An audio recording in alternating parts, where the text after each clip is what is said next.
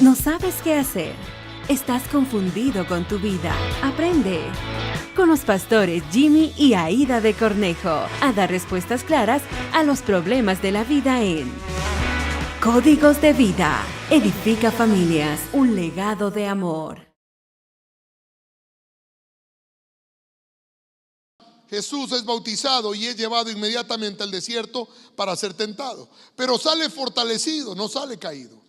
Sale fortalecido de esa tentación después de haber vencido a Satanás y comienza su ministerio. Y la primera cosa que hace, si usted mira en Mateo capítulo 4 y versículo 17, nos mantenemos un minuto ahí. Dice la escritura así: a partir de entonces Jesús comenzó a predicar: arrepiéntase de sus pecados y vuelvan a Dios, porque el reino del cielo está cerca. El evangelista, el que escribe, el escritor, no nos dice cuál es la respuesta de la gente.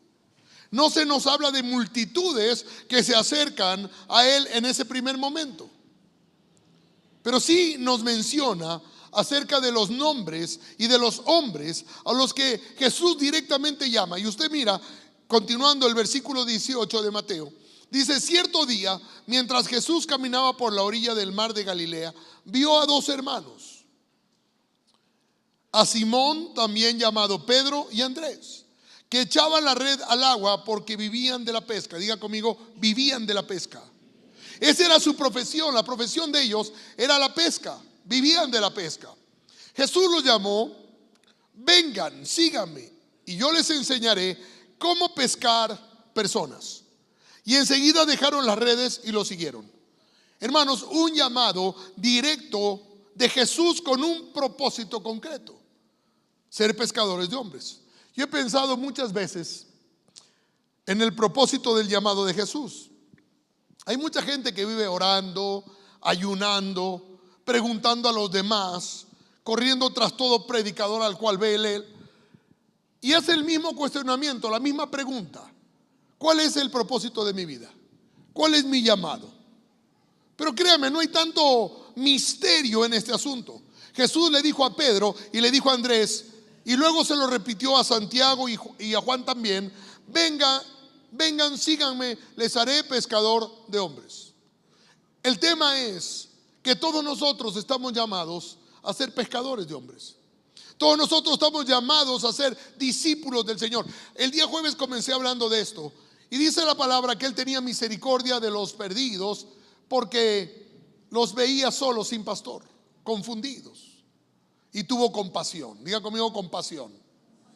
Esa compasión de las multitudes no oró al Padre: Señor, mira las multitudes, sino les dijo y oró por los obreros para alcanzar las multitudes. Jesús te necesita. Dile a tu hermano: Jesús te necesita. Entonces ellos empiezan el ministerio. Después nos dice Mateo, y esto es interesante, que Jesús fue predicando por toda Galilea y cómo multitudes lo siguieron. Dice en el versículo 23: Jesús viajó por toda la región de Galilea, enseñando en las sinagogas, anunciando las buenas noticias del reino y sanando a la gente de toda clase de enfermedades y dolencias.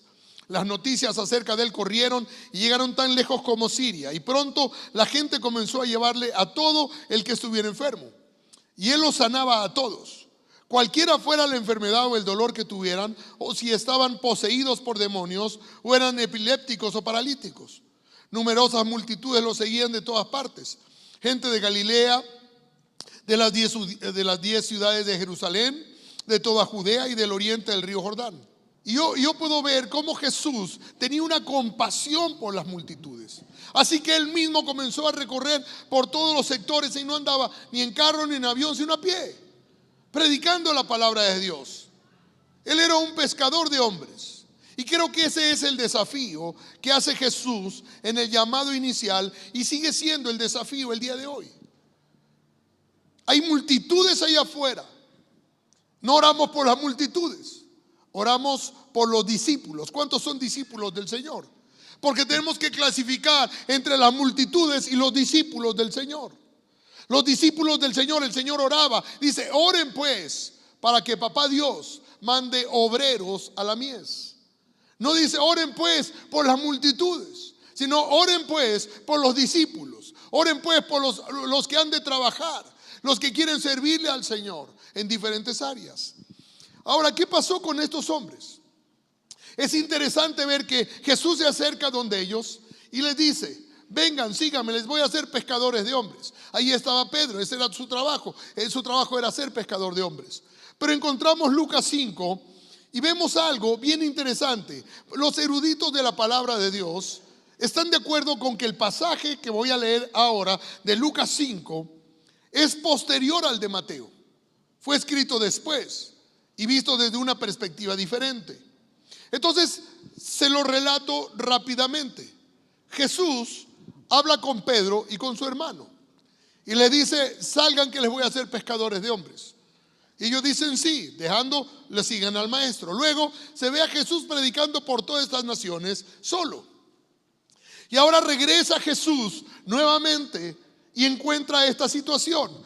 Lucas 5:1. Aconteció que cuando Jesús, junto al lago de Genezaret, el gentío se agolpaba, porque inicialmente nadie se agolpaba. Ya Jesús había ganado un crédito entre la gente y hasta Siria se escuchaba lo que Jesús hacía. Y ahora regresa nuevamente y ahora la gente ya lo seguía. Antes solo se comentaba acerca de aquel hombre que predicaba, pero ahora la gente lo seguía. Él estaba ganando una reputación tremenda. Y dice: sobre él para oír la palabra de Dios. Y vio dos barcas que estaban cerca de la orilla del lago, y los pescadores, habiendo descendido de ellas, lavaban sus redes. La pregunta es: ¿qué pasó con los discípulos a los que había llamado para que le ayuden en su meta? Porque Jesús estuvo haciendo el propósito, el llamado de Dios, lo estaba haciendo, estaba predicando en todas las naciones. Pero ¿qué pasó a aquellos dos hombres que los llamó? Vengan, les voy a hacer pescadores de hombres. Y ellos lo siguieron, pero ahora los encontramos nuevamente lavando las redes. Qué interesante. Yo nunca me había percatado de esto. Hablaba con una pastora hace un momento y me decía: yo no me había dado cuenta de esta situación. Yo pensé que Pedro, una vez que escuchó, siguió al maestro. Sí, pero luego el maestro se fue a predicar y cuando volvió lo encontró nuevamente en la barca, lavando las redes. Y me llama mucho la atención. Estaba lavando las redes después de una noche entera en la que trataron de pescar y no lograron nada. La cosa es que ellos tampoco estaban en el agua, se encontraban limpiando las redes. Y eso es importante. Una red sucia puede romperse con facilidad. De la misma manera, si yo soy un pescador de hombres, necesito limpiar mi vida y mantenerla limpia o lista para poder hablarle a otros acerca de las verdades del reino de los cielos. Pero estaban estos hombres ahí. Pero tampoco tendrá poder, hermanos, si no sale a hacerlo.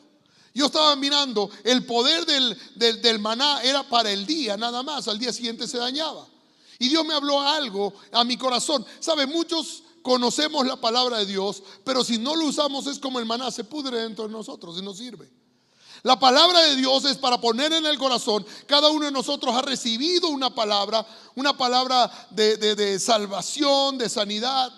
Recibimos una palabra domingo a domingo cuando usted lee la Biblia cada mañana. Es el maná para vivir. Pero si usted no lo usa es como el maná, se le pudre. Y yo veo a estos hombres nuevamente en las redes. Y dice, pero Jesús no iba a permitir que las herramientas que tenía a mano para predicar las buenas nuevas del reino se quedaran ahí inutilizadas. En el versículo 3 dice: y entrando en una de aquellas barcas, la cual era de Simón. ¿De quién era? Pero él había sido llamado a seguirle al Señor. ¿Qué hacía nuevamente ahí? Eso me hace pensar. ¿Cuántos fueron llamados? Porque, hermanos, el llamamiento de Jesús era arrepentidos porque el reino de los cielos se ha acercado. Su primera predicación era por salvación del mundo. Y cuando Dios nos llamó a nosotros, nos llamó también para predicar el evangelio a otros. Yo no sé ustedes, pero cuando yo comencé a leer la palabra de Dios, hubo en mí un anhelo de predicar la palabra. Fue como, qué tremendo es esto. Esto está buenísimo. Yo leía la palabra y decía, qué bueno está esto. ¿Cómo no había entendido antes? ¿Le ha pasado a usted eso? Porque antes, cuando uno leía, dice, no entiendo. Y le he preguntado a gente que se me acerca y dice, yo no, es que, mire, la verdad es que yo leo, pero yo no le entiendo, es nada, me dicen. Y le digo, porque la Biblia dice que el mismo Dios puso en nosotros un espíritu para que la palabra no nos alumbrase. Pero cuando recibimos a Cristo como nuestro Señor y Salvador, como que se abre nuestro entendimiento y comenzamos a entender la palabra de Dios. Y al entender la palabra de Dios decimos, qué bueno está esto, pero está bueno para compartirlo. ¿Le ha pasado a usted? Y le quiere predicar a uno, no solo a mí. ¿No le ha pasado que al principio, cuando usted comenzó leyendo, quería predicar a otras personas? ¿Sí o no? ¿Aló? Estamos despiertos, ¿no? ¿No es cierto? Pero no lo hacemos. Y no sé por qué razón no se lo hace. Porque hacemos una o dos o tres intentos y luego decimos, mejor me quedo sentado sin hacer nada. Ahí es donde les encuentra nuevamente el Señor a Pedro y Andrés. Y dice, y entrando en una de aquellas barcas, la cual era de Simón, le rogó que la apartase de tierra un poco. Y sentándose enseñaba desde la barca a la multitud. ¿A quién le enseñaba? A la multitud. Desde la barca. Desde la barca donde... Mire que Jesús, qué tremendo. No los reprende. ¿Qué hacen aquí de nuevo? Sino simplemente préstame el lugar de tu negocio, el lugar de tu trabajo. Y te voy a enseñar cómo desde el lugar de tu trabajo, desde el lugar de tus estudios, desde el lugar donde tú estás, se puede ganar almas. No querías caminar conmigo, no querías predicar el evangelio afuera. Te voy a enseñar cómo hacerlo desde tu propia barca. ¿Sabe? Y muchas personas, porque ellos estaban lavando las barcas, estaban tristes porque habían pescado, habían intentado pescar toda la noche y no habían pescado nada. ¿Sabe? Muchas personas están en la iglesia, tienen sus negocios y no producen nada. Dice, ¿por qué a otros les va mejor y a mí no me va bien? Pedro decía, yo tenía el llamado de Dios, y a pesar del llamado de Dios y haber conocido a Jesús personalmente, no pesqué nada. Y ese pensamiento todavía fluye en nuestro corazón. ¿Y sabes por qué? Porque dejamos a Jesús fuera de nuestro negocio, fuera del propósito de nuestro llamado también. Y Jesús le dice, préstame tu barca, préstame tu negocio y te voy a enseñar que primero es el reino de Dios. Luego son las añadiduras. Dice la escritura, me encanta esto. Dice, cuando terminó de hablar, digámoslo así, cuando terminó de predicar, le dijo a Simón, boga mar adentro y echad vuestras redes para pescar. Qué tremenda la contestación de Pedro. Respondiendo Pedro le dijo, maestro, toda la noche hemos estado trabajando y nada hemos pescado. Señor, intentado cuando Dios te dice, haz esto. Quizás nosotros decimos, Señor, ya tengo 10 años mi negocio y me va mal porque quizás estoy mal situado. Me va mal y comenzamos a poner excusas. Hasta nos entristecemos cuando Dios nos habla de algo. Y Pedro, me imagino la cara que Pedro tenía, hablando con el maestro. Están en la barca, acaba de predicar Jesús. La gente tremenda, cómo ha recibido la palabra. Vamos hacia adentro. Echa las redes, Señor. Toda la noche, no unas horas, toda la noche he estado pescando y no he pescado nada. Me imagino la cara de Jesús. Pero en tu nombre. Sí, porque la reacción es inmediata, ¿no? Dice, ¿sabe lo que pasa? Y a mí me llama mucho la atención cómo Dios puso esto en mi corazón. Si no pensaban pescar y no habían pescado nada, ¿para qué lavaban las redes? Y me hace pensar que así como uno lava las redes, uno tiene que aprender a lavar su vida, purificar su vida continuamente. Porque si yo voy a ser usado por el maestro, yo quiero que mi vida esté lista y limpia para hacerlo. Yo creo que Dios permite por momentos que nosotros, cuando le decimos, Señor, úsame a mí, el Señor dice, está bien, yo te quiero usar, pero limpia tu vida. Tienes que estar listo para la pesca. Tenemos que tener un testimonio transparente. Muchos de nosotros llegamos a la iglesia y quizás nos cansamos de predicar a los 2 o 3 personas que les predicamos en nuestra vida cristiana, que posiblemente era la abuela, la tía, que está en la casa, algún familiar cercano, y nos dijeron: no, ¿sabes qué? No tengo ningún interés. Y ya dijimos: no importa. Entonces llegamos a la iglesia, nos sentamos, escuchamos la palabra de Dios y esperamos sin hacer nada. Nos volvemos a sentar en las mismas barcas a lavar las redes. Pero yo estuve pensando, cuando dejamos entrar a Jesús en nuestra barca, la cosecha siempre será diferente. Quizás hemos intentado en nuestra fuerza, pero no en el nombre del Señor. Dice: pero en tu nombre echaré nuevamente las redes. Quizás no has predicado a nadie en estos últimos tiempos porque tuviste un resultado negativo. Proverbios 18:1 dice: el egoísta busca su propio bien, contra todo sano juicio se revela. A veces nos ponemos egoístas porque estamos cómodos, porque bueno, gracias Señor por la salvación, pero me voy a mantener aquí. Pero tú no estás diseñado para sentarte. Tú estás diseñado para ser un discípulo del Maestro. Tú estás diseñado para ganar almas. Dios te diseñó con dones y talentos a cada uno de nosotros. Por ejemplo, hay gente que tiene el don de la guitarra, de la música, y se para en un parque, yo los he visto, y están tocando, y cuando terminan de tocar hacen un llamado a la gente que los rodea. No les piden dinero, simplemente: Jesús me dio este don, Jesús me ama y también lo ama a usted. Aproveche un momento el don que tiene y lo expone en público para ganar almas para Cristo.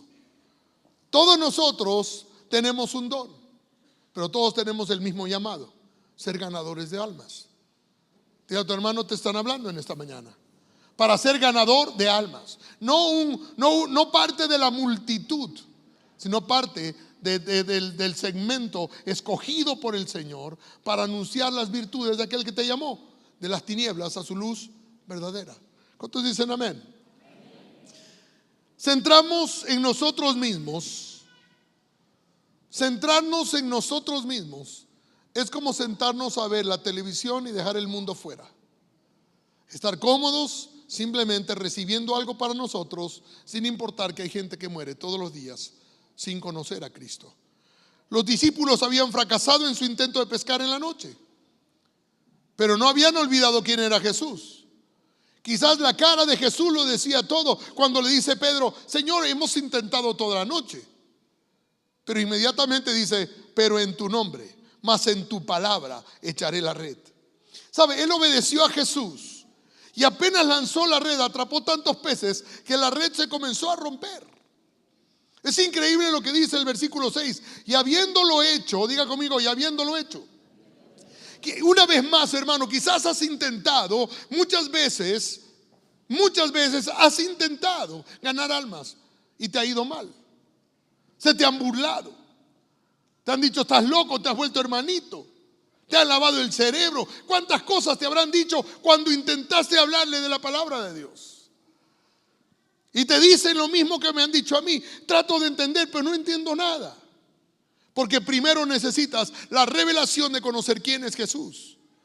Ellos ya tenían la revelación, por eso dicen: en tu nombre lo voy a intentar una vez más.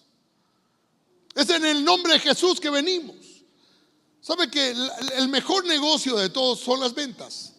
Las ventas es el mejor negocio de todos. Pero ¿por qué a poca gente le va bien? ¿Sabe por qué? Porque siguen intentándolo. Tratan de vender algo y no pueden, pero siguen intentándolo. Y siguen intentándolo. No quiere salir el pez del agua. Señor, he intentado toda la noche, ni un pez. He intentado 10 años de mi vida y no he podido, Señor, ganarme uno. Pero ahora más en tu nombre lo voy a hacer. Y cuando lo hicieron, dice que se rompían. Hermanos, cuando tú ves a veces iglesias numerosas, tú dices: ¿cómo es que lo hacen? En tu nombre, Señor.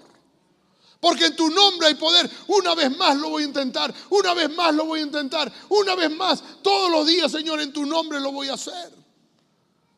Estás llamado, hermanos, para ganar almas. Dios no oraba por las multitudes, oraba por discípulos. Y entonces dice, versículo 7, entonces hicieron señas a los compañeros que estaban en la otra barca. Otros que habían escuchado el llamamiento, pero se habían puesto a lavar las redes, para que viniesen a ayudarles. Y vinieron y llenaron ambas barcas de tal manera que se hundía. ¿Cuántas lecciones en este pasaje me hablaba el Señor el día de hoy? Y no importa si es uno o dos el que se salva. Para Jesús, hermano, todas las personas son importantes. Quizás Dios no te ha llamado para ganar multitudes. Quizás Dios te llamó para ganar uno. Uno en tu vida se iba a cruzar contigo. Y ese uno tenías que hablarle, porque ese uno iba a ser el ganador de millones de almas. ¿Quién ganó al hermano Pablo Finderwinkel? Del hermano Pablo. ¿Cuál fue el que evangelizó a los grandes evangelistas de estos tiempos? Alguien tuvo que haberles hablado. Quizás tú no eres, hermano, yo creo y estoy seguro que nuestro testimonio es bueno para el inicio. Cuando le digo, hermano, quizás no conoces mucho de la palabra, pero cuéntale tu testimonio a alguien. Pero no puedes pasar contando tu testimonio toda la vida. Tienes que crecer, tienes que madurar, tienes que añadir ahora el conocimiento a tu testimonio. Luego deja tu testimonio al lado y comienza a hablar realmente de la palabra de Dios con madurez a las personas. Las personas tienen hambre y sed de Cristo. Háblele a cualquier persona, deténgase un momento de su vida, salga de su rutina diaria, mire en los ojos de una persona y háblele de Cristo y va a ver la necesidad que tienen. Alguien dijo, y me pareció interesante, tienes que entenderlo a la luz de la necesidad del hombre. Pero alguien dijo que los prostíbulos a veces están llenos de hombres que buscan de Dios, pero no hay nadie que les diga el verdadero amor de Dios. La gente busca algo con ser llenado en su corazón. Esta mañana estaba mirando lo que había puesto el Bishop Dale Bronner. Sentía una gran pesadez en mi corazón. Así que me fui a tomar una radiografía. Ahí está la radiografía, pero adentro está Cristo en la cruz. Sabe, a veces tenemos ese peso de la cruz por evangelizar a la gente. San Agustín lo dijo de esta manera: todos los hombres tienen en el corazón la cruz de Cristo, que solamente puede ser llenada con Cristo. Y por eso, por más que ponen cosas a su vida, mujeres en su vida, no se llegan a saciar, porque lo único que sacia es la presencia de Cristo en nuestro interior. Y tú tienes la presencia de Cristo en tu interior. Solamente necesitas hacerlo una vez más en el nombre de Cristo. Quizás lo intentaste con tus habilidades y tus dones. Quizás lo intentaste porque escuchaste un mensaje y te emocionaste y fuiste a hablarle a alguien. Tienes que tener la misma compasión que Cristo tenía por los perdidos.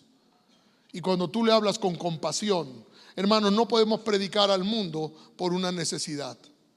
Necesitamos tener compasión para predicar, porque cuando tienes compasión también tienes pasión para hacerlo. El mundo necesita ver a Cristo que está dentro de ti. No lo dejes escondido, déjalo salir.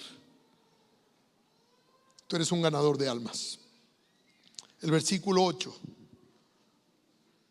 Viendo esto, Simón Pedro cayó de rodillas ante Jesús diciendo: apártate de mí, Señor, porque soy hombre pecador. Porque por la pesca que habían hecho, el temor se había apoderado de él y de todos los que estaban en él. ¿Qué se les apoderó? Temor. Qué interesante. Y asimismo de Jacobo y Juan, hijos de Zebedeo, que eran compañeros de Pedro. Y Jesús vuelve a lanzarles el desafío. Pero Jesús le dice a Simón: no temas, desde ahora seréis pescador de hombres. Y cuando trajeron a tierra las barcas, dejándolo todo, lo siguieron. Más interesante todavía, ¿qué habían estado tratando de hacer la noche anterior? Pescar. Era su profesión. En otras palabras, estaban tratando de traer sustento a sus hogares. Estaban esperando el día de la venta, como los que tienen negocios que les va bien en Navidad. Están esperando las Navidades para después de las Navidades tener una. Ellos estaban esperando un tiempo de venta y de repente no llegaron una Navidad, llegaron 10 Navidades de golpe. Tenían las barcas llenas, habían compartido, era demasiado pez.